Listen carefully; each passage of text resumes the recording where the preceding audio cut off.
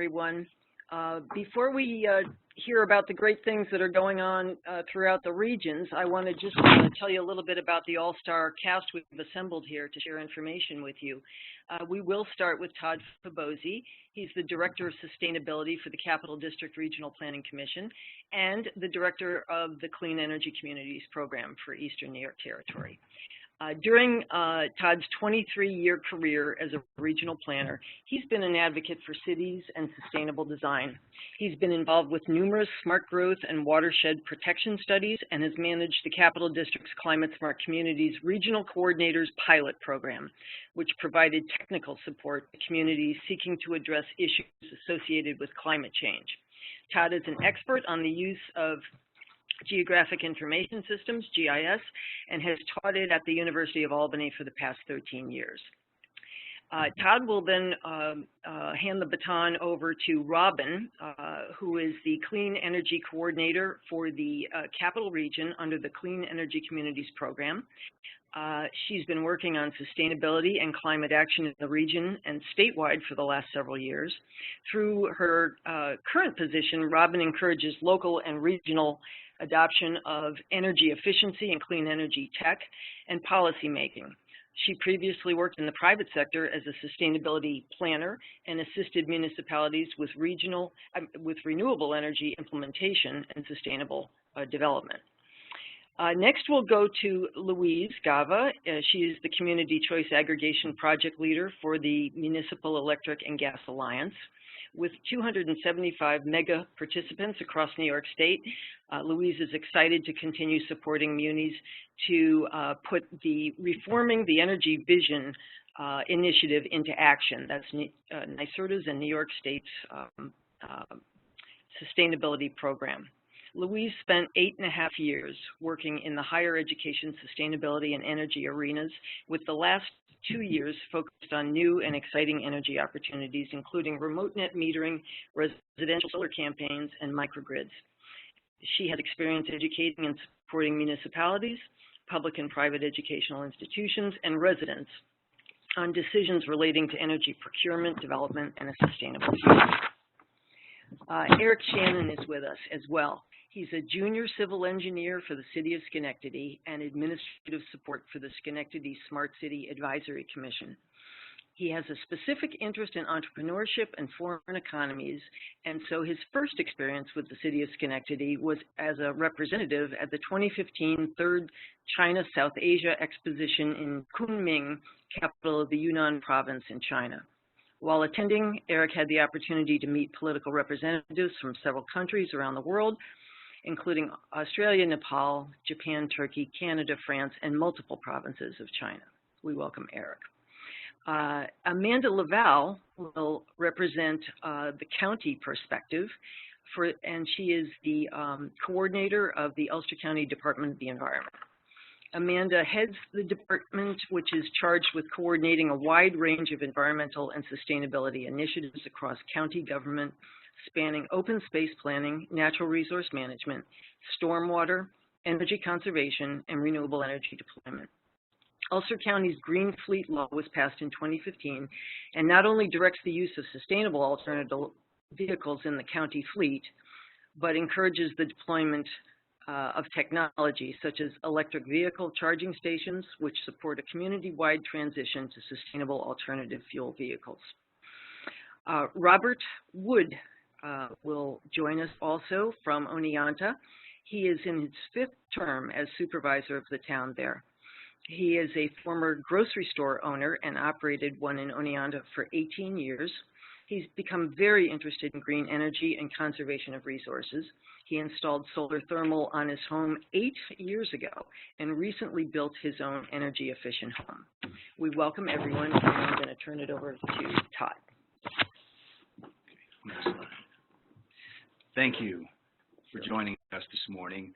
The Capital District Regional Planning Commission is excited to have received a grant from the New York State Energy Research and Development Authority, otherwise known as NYSERDA, to administer for the Eastern New York Territory the Clean Energy Communities Program. And you can switch to the next slide. Yep, hold on. So some of you may not be familiar with what we mean when we say the Eastern New York Territory.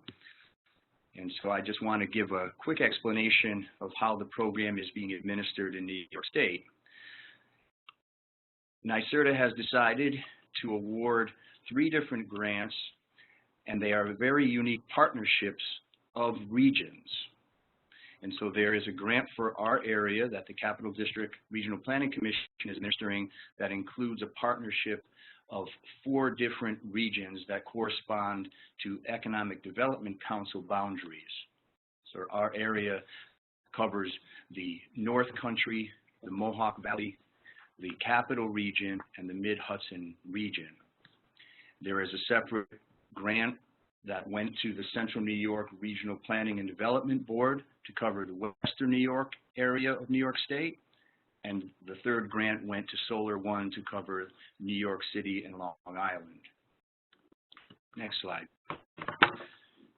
So the 4 regional agencies that are administering locally this program are in the North Country, the Adirondack North Country Association, and the outreach coordinator for Oneonta is Jamie Rogers, noted on the slide. You'll have access to these slides and the contact information there.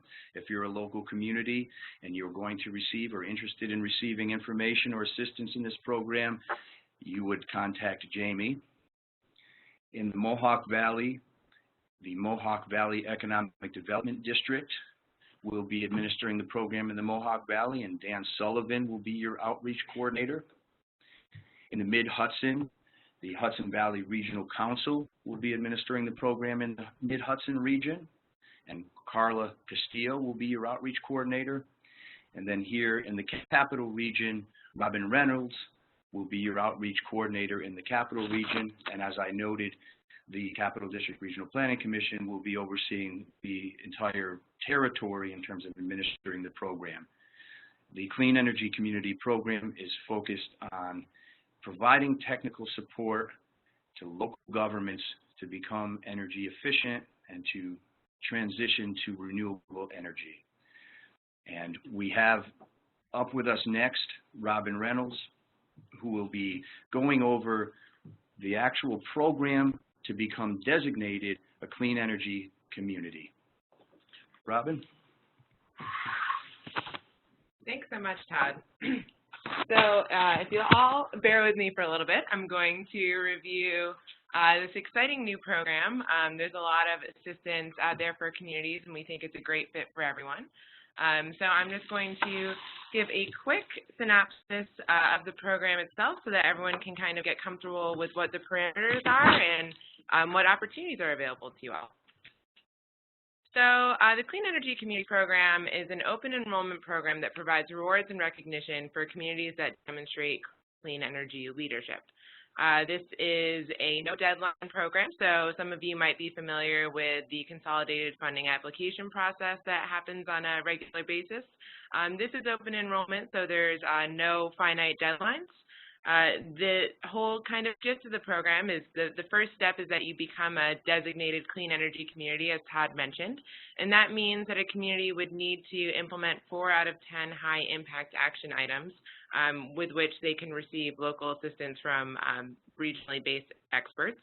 And after a community does complete 4 of those 10 high impact action items, they will get a notification from NYSERDA that they have become designated, and they can submit some of that documentation to prove that they've done the 4 out of 10 high impact action items via an online portal that we'll be reviewing later. Once the community has been designated a clean energy community and they get that notification email, they can receive funding for project implementation. So it's a very lucrative program because there's up to $250,000 worth of funding with no local cost share required. So we really see this as a program that is ideal for all communities. So funding is allocated by population size, as you can see in the chart below. There are 2 awards for the first large community, so any community that's over 40,000 in population, that are at the funding level of $250,000. And the second 2 that kind of come through the door and become designated have $150,000 available to them. For smaller or medium-sized communities, which is anything below that 40,000 population threshold, the first 4 who get through the door will have $100,000 available to them, with the next 10 with $50,000 available to them. So the high impact action items themselves do represent a variety of options which ultimately reduce energy consumption, save money, and increase opportunities for local economic development. So communities who are interested in engaging in the program, there is assistance available for you to move through those high impact action items and be kind of one of the first 18 through the door to get that funding. So communities are not competing with other communities across the state. They're really only within a pool within their own regions. So this is a first come, first served program, meaning that the first communities who get through those high impact action items will have the funding available to them. And there is a lot of technical assistance that's available along the way from your local coordinators. So the 10 high impact action items themselves, here's the full list. It's also available in the NYSERDA guidance document, which there's a link to that later on in the presentation. But I'll be giving a very, very high-level overview of all of these action items right now, so again, bear with me. The first action item is benchmarking, and this would necessitate a local government to pass a local law, ordinance, or resolution that says that they are going to report energy use data from their municipal buildings on an annual basis using the EPA Portfolio Manager website. And if it's a larger community, over 40,000 in population, it would require the local government to have private building owners over a certain threshold also report their energy use for annual reporting purposes. The second item is clean energy upgrades. This would necessitate a local government achieving a 10% emissions reductions against a baseline. So that would mean either the local government would engage with energy efficiency practices and renewable energy installations within their jurisdiction. The third item on the list is LED streetlights. This would mean that a local government would replace half of their Cobra head streetlights within their jurisdiction with LEDs. And a municipality would have to replace at least 10 fixtures in order for this to be eligible for having been completed. Clean fleets describes local government either procuring an advanced vehicle or installing a alternative fueling infrastructure. So that includes compressed natural gas and electric vehicle supply equipment. So either or is eligible for that action.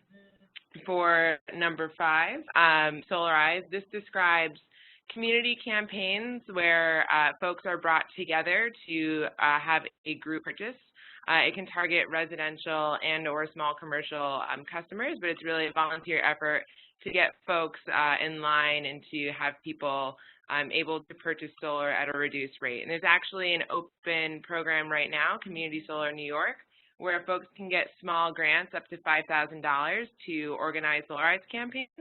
So it's a good opportunity for local governments who are interested in engaging with this action to get some funds and a group of volunteers together to run a Solarize campaign. And it's important to note with this action, communities can either run the campaigns themselves or find a volunteer group to partner with to run the campaign. And it's expected that at least 10 installs would happen within a jurisdiction in order to get credit. For number 6, the Unified Solar Permit, this is a permitting template that was created between a partnership with jurisdictions across the state as well as NYSERDA and Sustainable CUNY. It's a unified solar permitting process that's intended to kind of streamline solar rooftop residential PV installations within communities. And communities who go through and do adopt the Unified Solar Permit are eligible to get a small grant of either $2,500 or $5,000 depending on your municipality size. So that's definitely a very attractive option.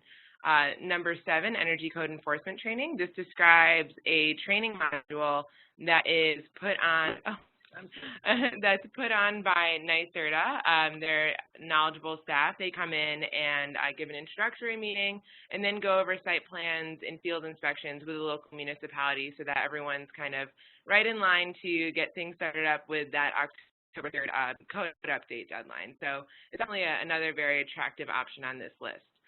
For number 8, that's Climate Smart Community Certification, which is a robust recognition program that is managed by the DEC Office of Climate Change. And kind of the first step to engage with that is to become a climate smart community.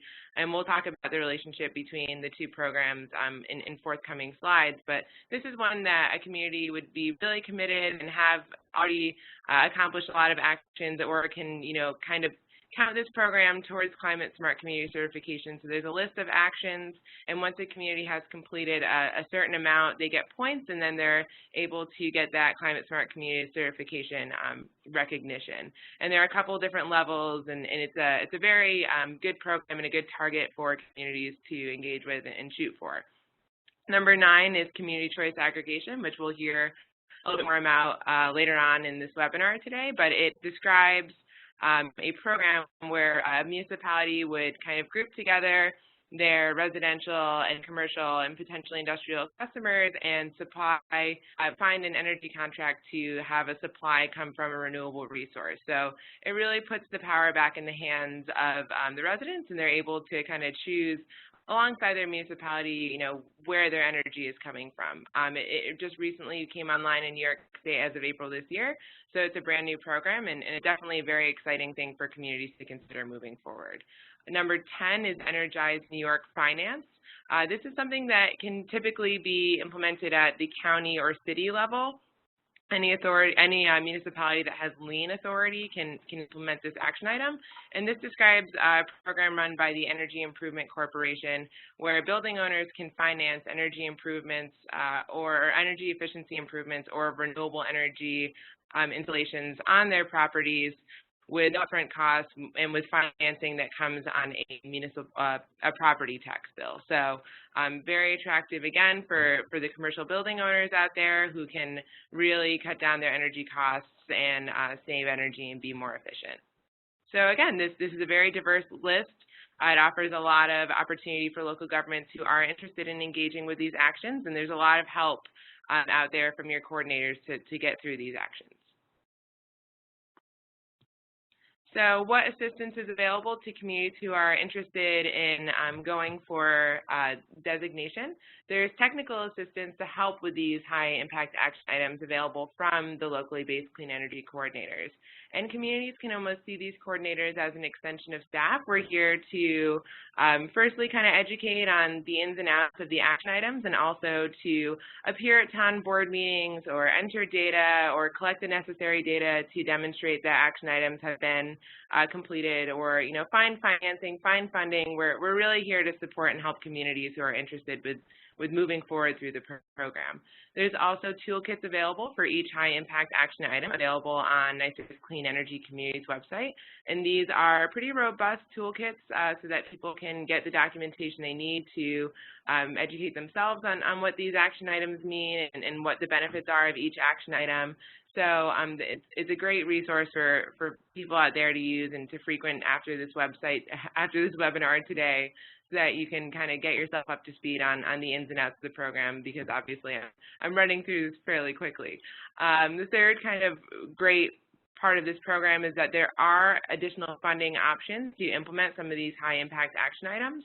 And there's also small grants, some of which I mentioned along the way. So not only can you save money by implementing these action items, but you can also find funding to do some of this stuff, which is great. There's also a lot of attractive financing options out there to implement some of these high-impact action items, which is another arena that the clean energy coordinators can help out with.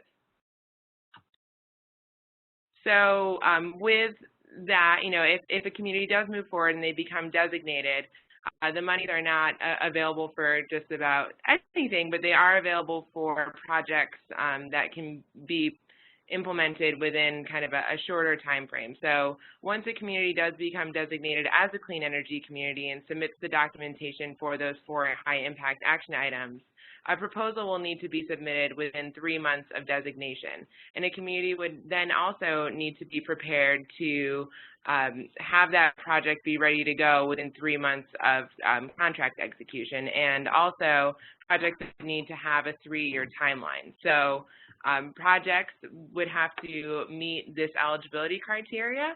So the first criteria is, does the proposer present a thorough, sound, and detailed approach for accomplishing the objectives of their proposal within a reasonable time frame? That has kind of the largest possible point pool. The second bullet is, does the project or initiative have a positive direct impact on energy use and greenhouse gas emissions? The third is, does the project or initiative have other sustainability benefits? Is it innovative or replicable, and does it leverage public and private dollars or generate economic development benefits? So the criteria is relatively open-ended, so folks are encouraged to be creative and innovative and come up with projects that really do fit their communities and most benefit their communities. And there is help to try and vet projects and make sure they're, sound prior to submitting project ideas to NYSERDA. So coordinators can assist communities in thinking up project ideas and bouncing ideas around prior to submitting an application to NYSERDA for them to review and ultimately potentially grant an award if you move through the program according to the requirements.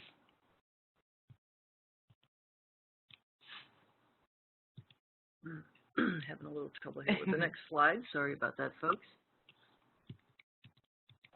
Okay. Sorry, Robyn. No worries. We'll just do this, and we'll get over here, there, and then one more. Yeah, there. Great.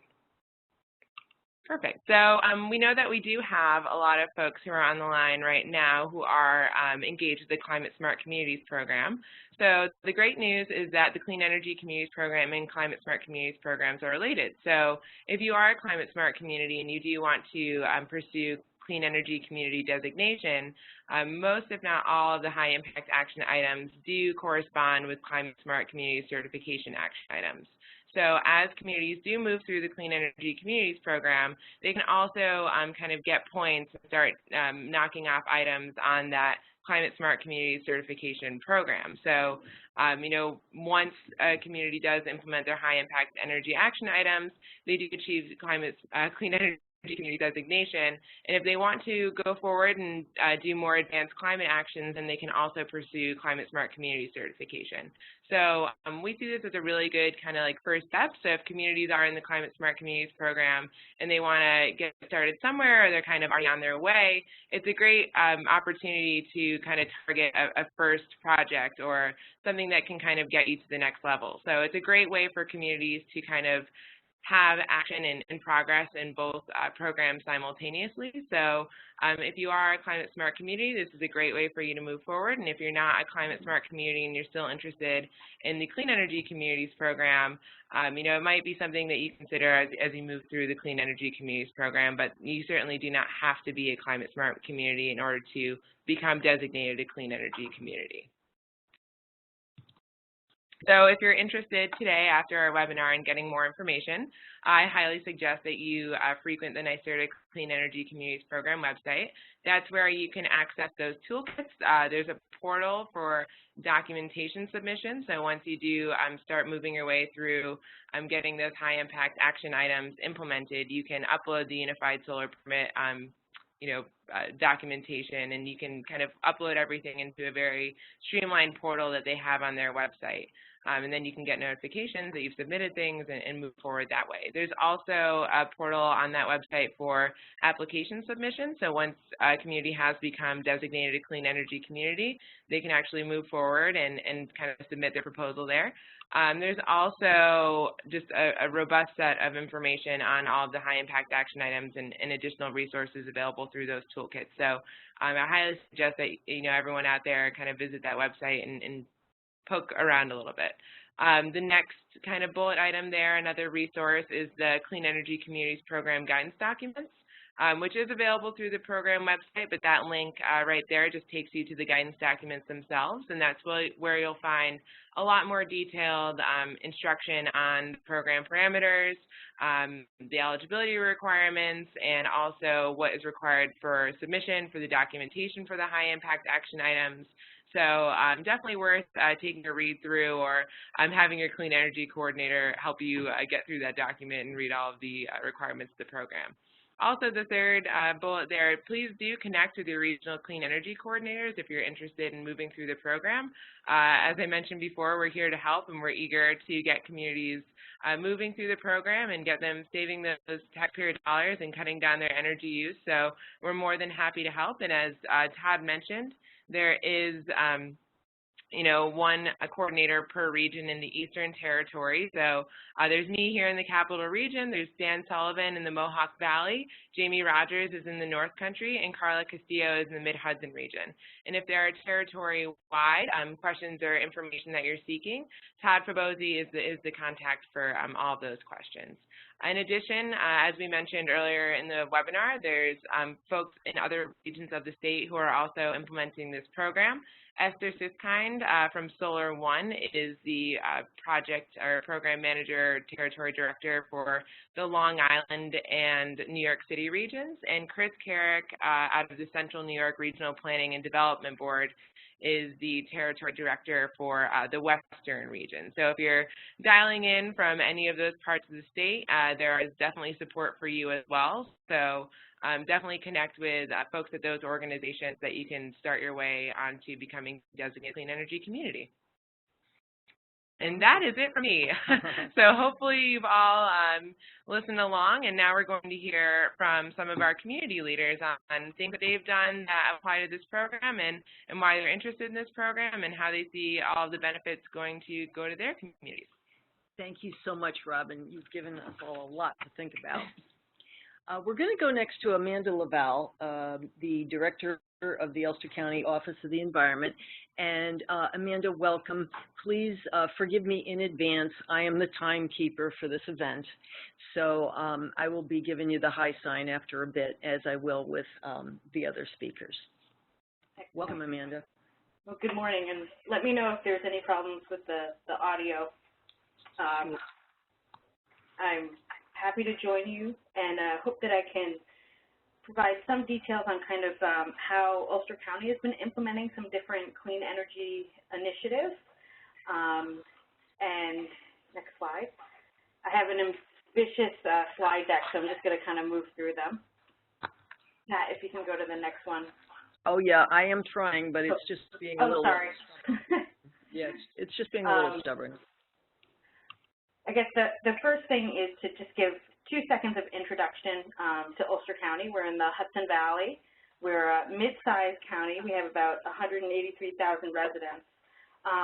But what might be a little different about Ulster is that we have a fairly recent transition to a charter form of government, and we do have a standalone Department of the Environment. So our department kind of acts as a coordinating body for different initiatives across the county government. So as you start to think about how you're going to implement those different ideas or document different programs you've undertaken, it's going to look different in every place. Fortunately, in Ulster, for us, it seemed to have worked very well to have an environmental department which can kind of coordinate across our operations. Next. So this is just a quick recap of, we have these 10 high impact actions. Next, when you get a chance. And the first difference to kind of point out is that for a county, you're taking some of those actions right off the kind of plate, as far as the ones that have to deal more with ordinances and enforcement and also land use. So really for a county, you're starting from this kind of menu of seven different high impact actions. In Ulster County, we've kind of done some of these to some degree, maybe not to the standards of the new program. But today, I just want to spend a little bit of time talking about Clean Fleet and also the Climate Smart Community certification. So go ahead. Okay. And one more advance. So the first thing with fleet, and this probably is something similar to everyone, is just to put it in context that this is a pie chart representing our greenhouse gas emissions for Ulster County. And our fleet, as of our 2012 base year, was 35% of our greenhouse gas emissions. and also somewhere around $1.7 million in expenses for gasoline and diesel. So there's definitely a heavy environmental footprint for fleet, and it's a big cost center. But anybody who works in government, I think, knows that about their fleet. So go ahead. So there are two aspects to what we've been doing with Clean Fleet that I wanted to highlight today. The first is a green fleet policy.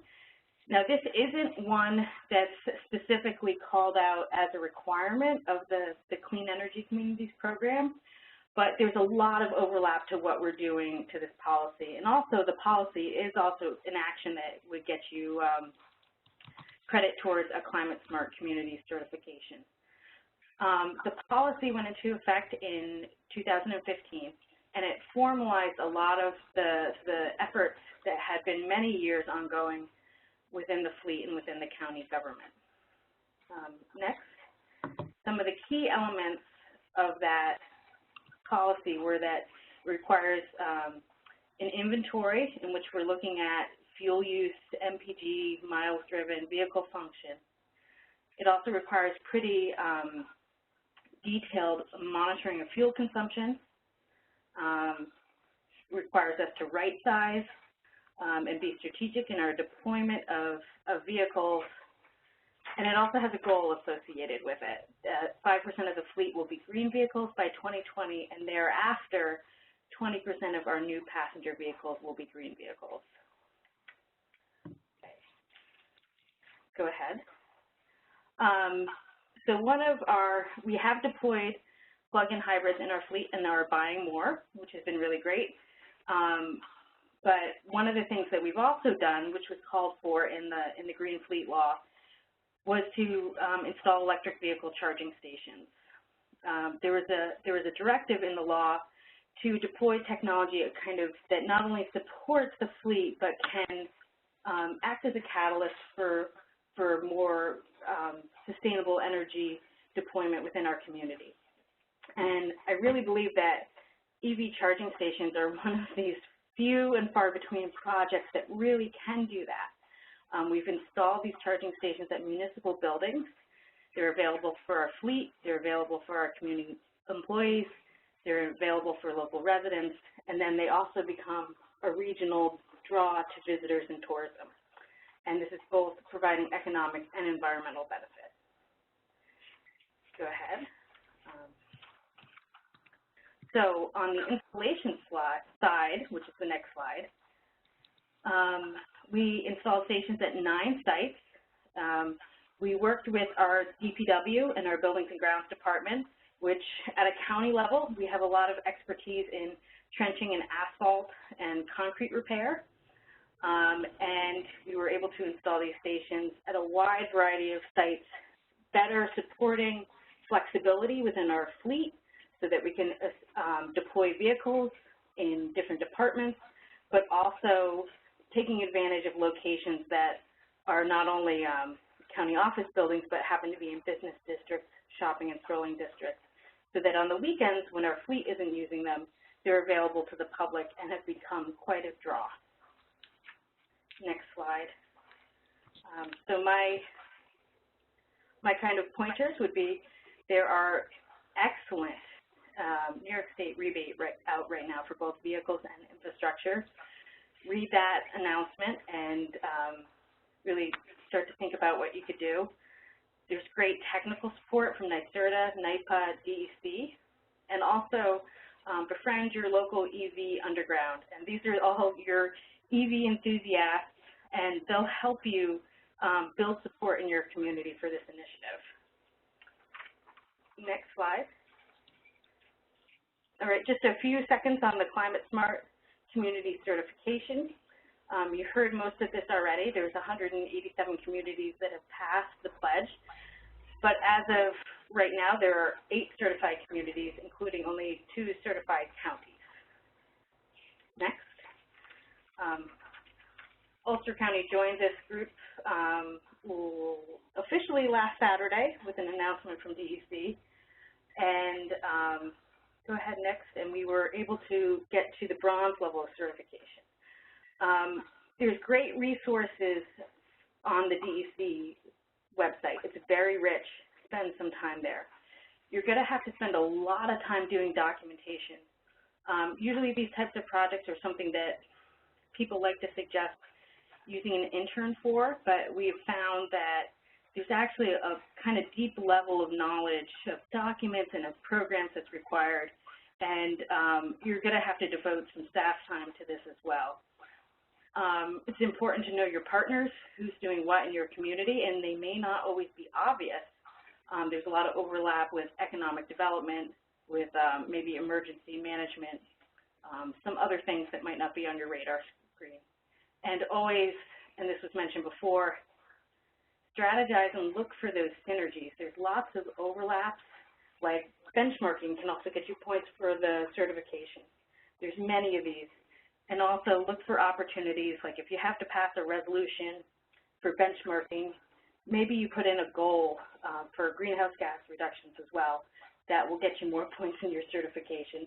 So become very familiar with the elements and the different, there's about, what was the other slide, 100+ different categories which you can receive points for.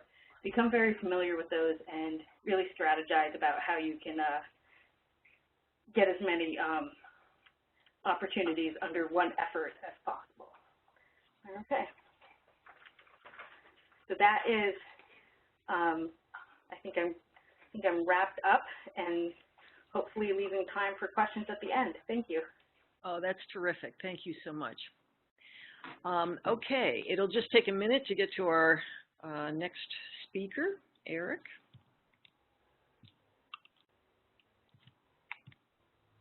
I'm sorry, that's Amanda's contact information, and I think you have it in the handout as well. I know it. And speaking of the handout, folks, I just want to respond to a message that we got.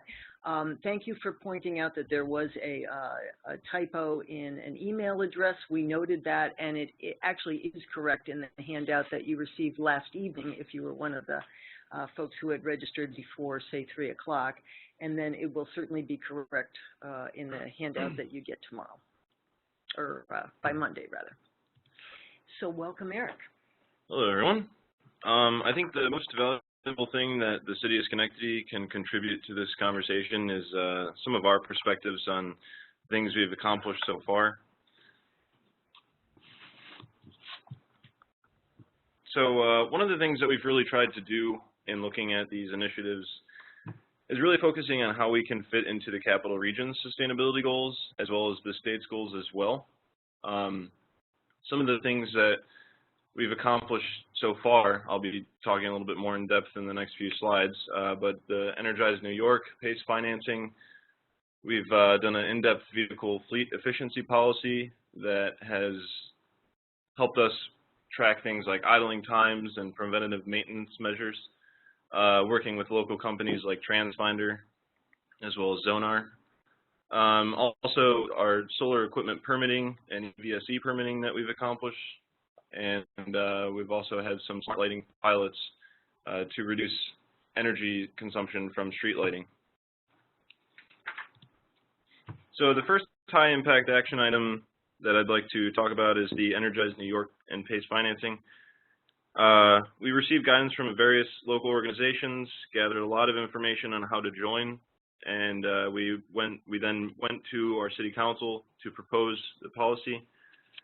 This was actually from our experience, we had the greatest amount of pushback.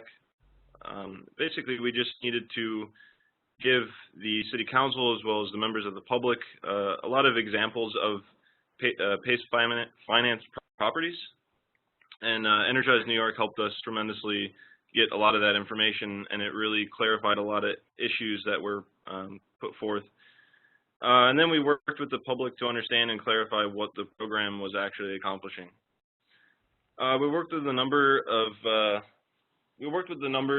and we presented the sound argument as to why we wanted to adopt PACE financing and why it will aid investments in renewable energy resources in the city of Schenectady. So it was overall a great process. Second and third high impact action items. The first was Energize New York second clean fleets.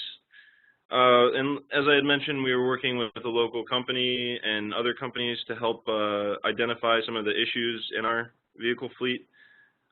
We had existing initiatives in place to track vehicle fleet routing, and mainly for some of our heavy-duty vehicles, because we noticed, as you can see from the chart below, that the majority of our vehicles were, mid to heavy-duty vehicles. Last year, we secured funding for the Transportation Improvement Program through CDTC's Alternative Fuel Set-Aside, and we got 1 Level 2 EVSE as well as 2 Chevy Volts. And the next step in our process to creating a more vehicle fleet is really to include all of our vehicles.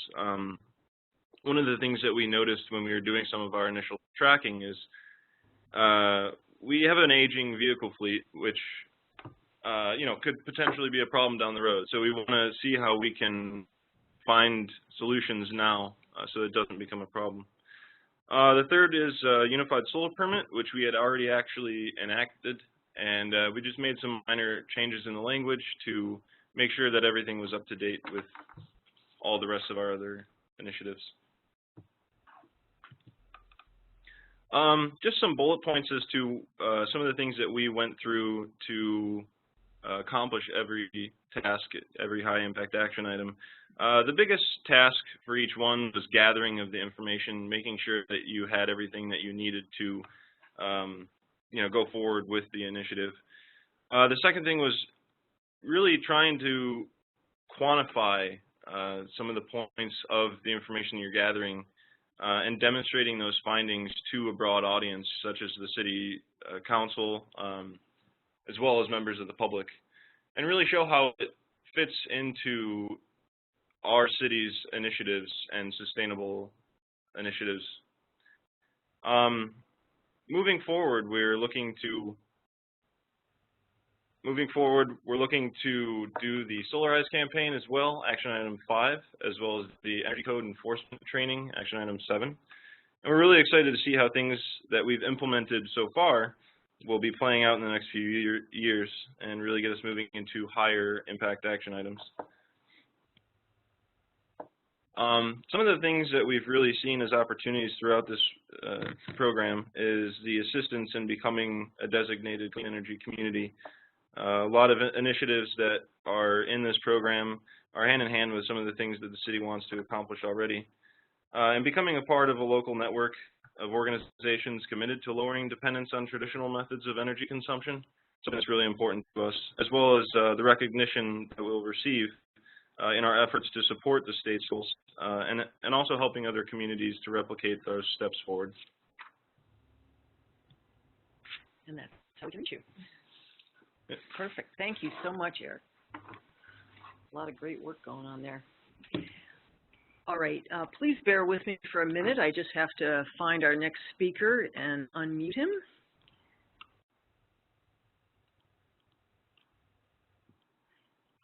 That will be Bob Wood. And Bob, I'm sorry, I just need to get to the panel.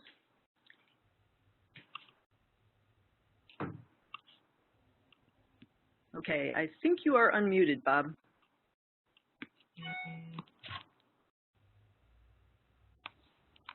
Yeah, we're showing that you're unmuted. Can you hear us?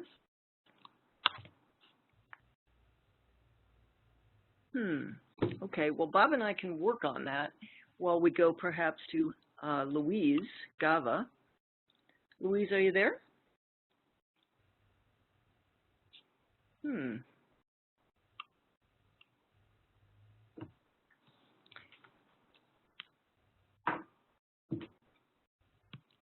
Okay, I'm thinking perhaps we lost sound. There we go. Through Louise. I see that you are unmuted. Actually, as is Robert. I'm going to mute him again. Louise, can you hear us? Actually, I have to go, Glenn. I'm presenting. I'm very sorry. I'll give you a call back later. All right, bye-bye. All right. I took her out of order, and the I'm sorry, Pat, I'm here. Supervisor. I know, I'm so sorry. You know, Robert's been with us all morning long, and I just can't hear him now, so I was wondering if we could move up the order. Sure, Pat, Louise is here if you need me to take over for Robert. I'm not sure why he's appearing muted. Well, I had unmuted him. Let's try again. Hey, Bob, are you there? Yeah. So, you know, we've been speaking with him all morning. I know he's in the room, but I'll figure that out. Louise, would you mind if we went to your slide? No, we can do that, of course. All right. So let's just get over there, and I'll talk to Bob in the meantime. Just let me know when you'd like me to change your slide. Sure, you can change the slide right away, and I won't spend so much time. So the Village of Canton is who I'm speaking about today. We had a very robust and exciting Solarize campaign. So I wanted to give some context and some experience to this particular piece of the clean energy communities. The first two slides here are just what's in the guidance document, so helping people understand specifically what they have to submit to indicate that they have accomplished this action. So I'm not going to go through this in gory detail given the timing that we have, but this first slide is really for folks that have already completed this action. They just have to show that they have done the Solarize campaign. There are a few ways to do that. And again, as Robyn mentioned in the beginning, for any of the Solarize requirements, a municipality and or the folks working with them must have at least 10 installations as part of the campaign, and so they have to be within the municipality. So in this case, it would be within the Village of Canton. If you go to the next slide, it shows for municipalities that are interested in moving forward and haven't done a Solarize campaign yet, or would like to as part of this act as one of their high impact actions. And so you can see it's slightly different. Check in with NYSERDA first. As Robyn mentioned, there's an opportunity to join that process now. And then it again indicates what documents need to be given moving forward. If you go to the next slide, I can tell you why I think Solarize campaigns are a wonderful thing. These are my top 4 reasons from our experience, again, in the Village of Canton. It's an extremely fun opportunity for lots of people in the community, volunteers, to work hand in hand with the municipality. There's really room in this particular action for lots of people to engage with all kinds of different levels of solar experience and knowledge and skill sets that they can bring to the table. So in terms of sort of growing a group and understanding and interest in sustainability and community, this is a perfect action for doing that kind of work, which has ripple effects. The second key thing, I think... Louise, yes? we just lost your sound. I'm not you sure lost my sound there. still?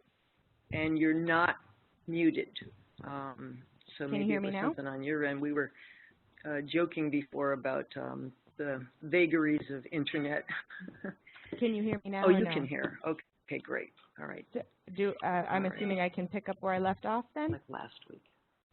We lost sound here, but they can hear. Pat? All right, well, I'm going to keep going. You. Just fine. Oh, okay, thank you. So the second piece here is, again, I think the campaign is one of those pieces that creates a tipping point. So you put in this work in the beginning, and it's the thing that keeps on giving. So in Canton, what we experienced was after our 34 installs, they didn't stop there, even though our campaign stopped. So that was really exciting. You get to that sort of market saturation where people are walking their dog and they can't help but go buy solar, and then say, oh, if all my neighbors are doing it, maybe I should too. The third piece is the potential for economic development, especially if you have local installers. We had 2 installers in our campaign. One was local right from Canton proper, and they actually were able to hire additional people, which is excellent, especially in small rural places like northern New York where Canton is. And then the last piece is just, it was such a happy and exciting and positive thing. There was really not negativity around this type of action where there are some challenges with other things. Residents were happy, the municipal officials were happy, and the installers were happy. So the last thing I want to say is that this is a great opportunity to build partnerships. We worked regionally with ANCA and Solarize the Tri-Lakes. We worked with the government. We worked with, the mayor and the village trustees. We worked with environmental studies, high school students, and they went door to door. And we worked with local nonprofits and businesses. So it became a whole community event, and if you're looking for something to springboard off of for some of these other impact actions and get buy-in, this is a great one. Thank you so much, Louise. You're very welcome. Hopefully you've got Rob now. Well, let's see. I have unmuted Rob. I think I'm back, yes. Oh, you're back. Wonderful. Yep. All right. Well, let me take a moment to get your slides going here. Okay. Well, I can start talking about what is community choice aggregation. I'm sorry. Sometimes it can be aggravating. It's a new program to New York State that was recently implemented. It's been available in several other states for some time. It's also been available around in other countries, so it's not really a new concept. But the idea is that we can take all of our residents and lump them in and try to go to an ESCO and get a better price for energy. And we work together with, we've been working with MEGA because we have had a long relationship with them. I assume many of the other people who are listening in may have participated with MEGA. We liked what they've done for us in terms of stabilizing our electric rates. So we've chosen them to be our administrator. The process is that we choose this administrator, and then we have to go out and educate our residents that we would become their electric provider. And there's bills still come from their local companies, so there's no real difference for them there.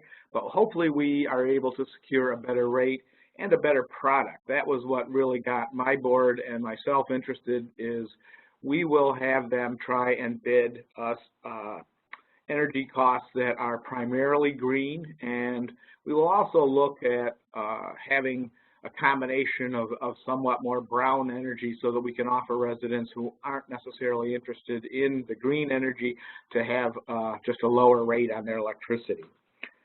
We think that this is a really good project.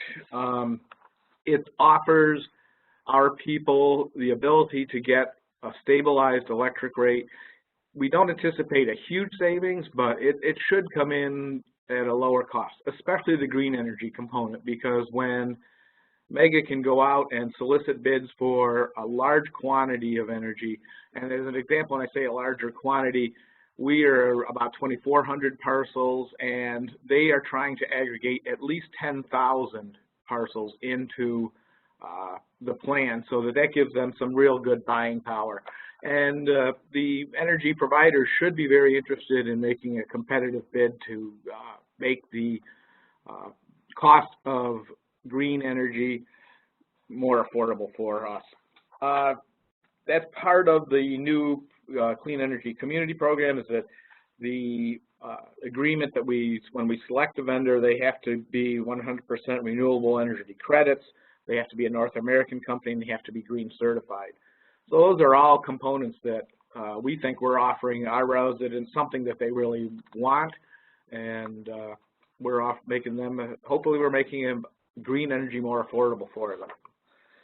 One of the other things that we've done under the Clean Energy Communities things was we were able to purchase one of the Chevy Volt through a DEC competitive bid. We felt that was a good step. We really liked the idea of having it allows us to complete our second of the 10 high impact actions. The state did announce, DEC did announce that because a lot of times municipalities aren't eligible for rebates directly, that NYSERDA did offer a rebate on it, so we've been able to secure a Chevy Volt at a good price, and we also will get a rebate for it. And this is all part of that package with the Clean Energy Communities. We hope we'll be able to move into that group of people that are communities that are certified relatively quickly, and we look forward to being able to access some of the additional money, the $50,000 or $100,000, because we're a small community, and we have a couple projects that we'd like to see, we would like to do, and to get that money for free to do a solar project for our new town hall is one of the concepts we've been discussing. So I think it's a great opportunity, and we really look forward to being able to participate.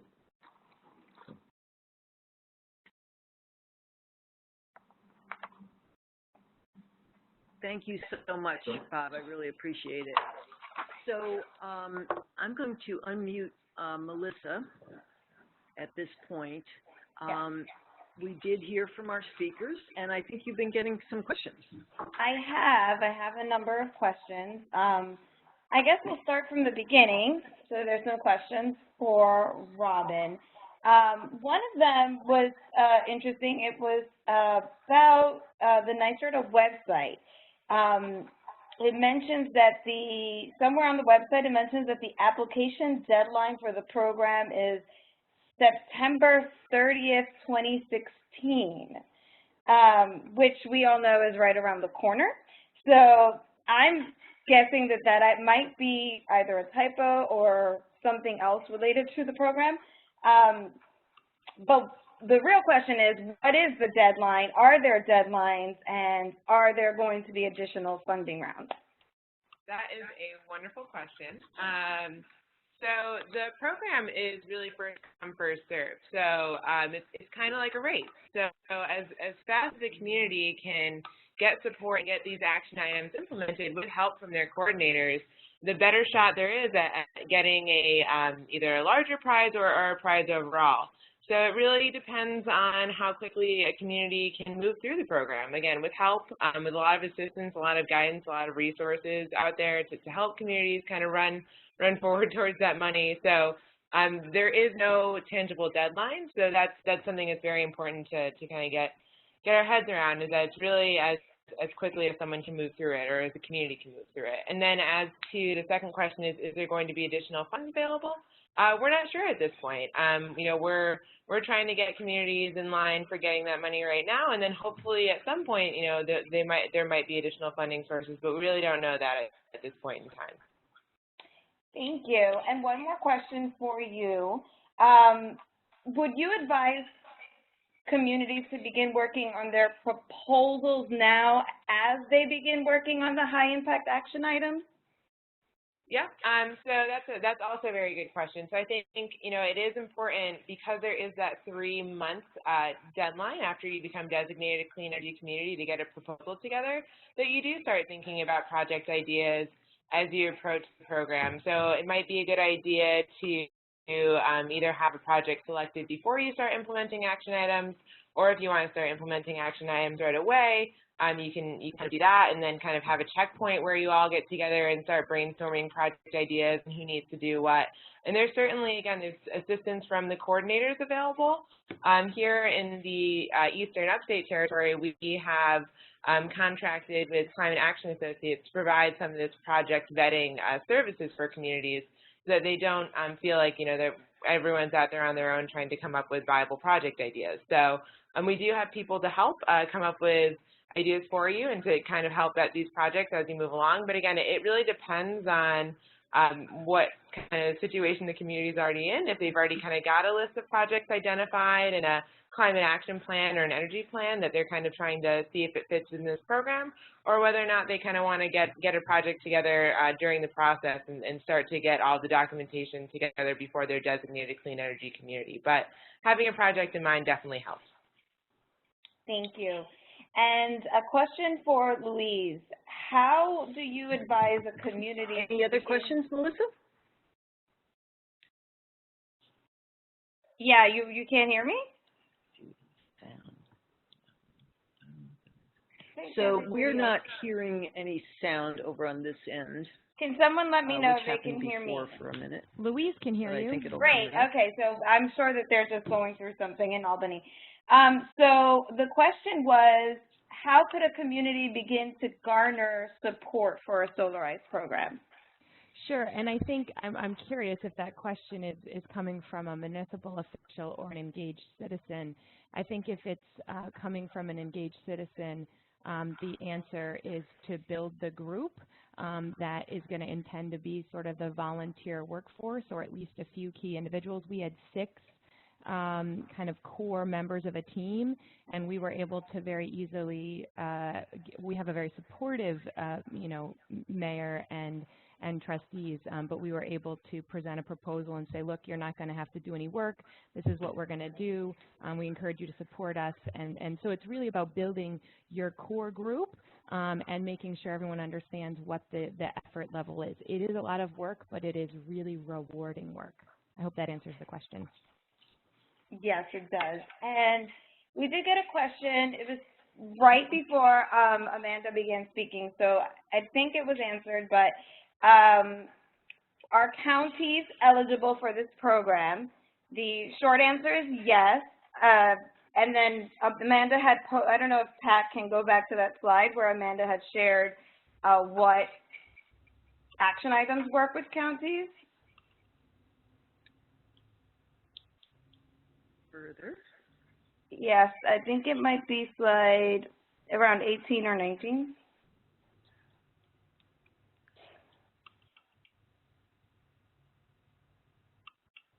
How does that look? I don't think they can hear us. It's coming in. We're still waiting for it, but there it is. So that very quickly are the 7 high-impact action items that a county can take. So of the 10, 7 are eligible. And those are the questions I received, just looking through. I don't know if there's other questions. Feel free to add them to the chat box. Oh, here we got one in. Initial sign-up, is it necessary? It was for climate smart communities. Basically, is there like an initial sign-up page, something that you have to sign in order to say that you want to begin this process? So this is Robyn. There is no official sign-up. It's a great idea to connect with your clean energy coordinator first and foremost, so that they can meet with the community, get a feel for what high-impact action items might be of most interest, and then start kind of moving forward, getting those action items implemented. So definitely, if a community is interested, it's not a formal process, but getting in touch with your clean energy coordinator is definitely a great first step. And then some communities do feel like it's a good idea to get their local boards understanding of the program and just give an introduction and get people on board, because a lot of these action items do have to do with policy and changing some operations in a good and positive way to save money and reduce energy use. So some communities have passed formal resolutions in order to kind of show their support for the program, but definitely no kind of formal enrollment process needed. Great. And then what if a municipality has already completed 4 of the 10 actions? Is there a requirement that some of the action items are new or recent? Great question. So a requirement of this program is that 2 action items must be completed after August 1st, 2016. So kind of as Eric alluded to, the City of Schenectady has already implemented 3 high-impact action items, and they're moving forward with choosing an additional 2 that they're going to implement to become designated a clean energy community. And this is so that it's more of an even playing field. So the folks that have been around and doing this for a long time, have the correct kind of things in place to get some of those additional action items implemented, and those that are just starting out have a good chance to get some of the funding that's associated with the program. So yes, there are 2 high-impact action items that need to be completed after August 1st, 2016. So if you've already completed 4, pick another 2 off the list that are attractive and best fit for your community, and then you can move forward with those with help from your coordinator. Great. So that's what we have in questions. As we mentioned, we will send a follow-up email that's going to have the recording of the webinar. It'll have the agenda with the contact information to the coordinators to make sure you can reach out to them. At the end of this webinar, please fill out the survey that will pop right up. And anyone, you know, has any other questions, of course, you can continue to email us. And Pat, I'm not sure if you have any closing remarks. No, I think we're all good here. We're just delighted that so many people signed in. We're sorry about the few glitches, but I think overall it went well, and we will be in touch with follow-up materials so that you can really act on what you've heard here. Thank you so much, everyone. Bye now.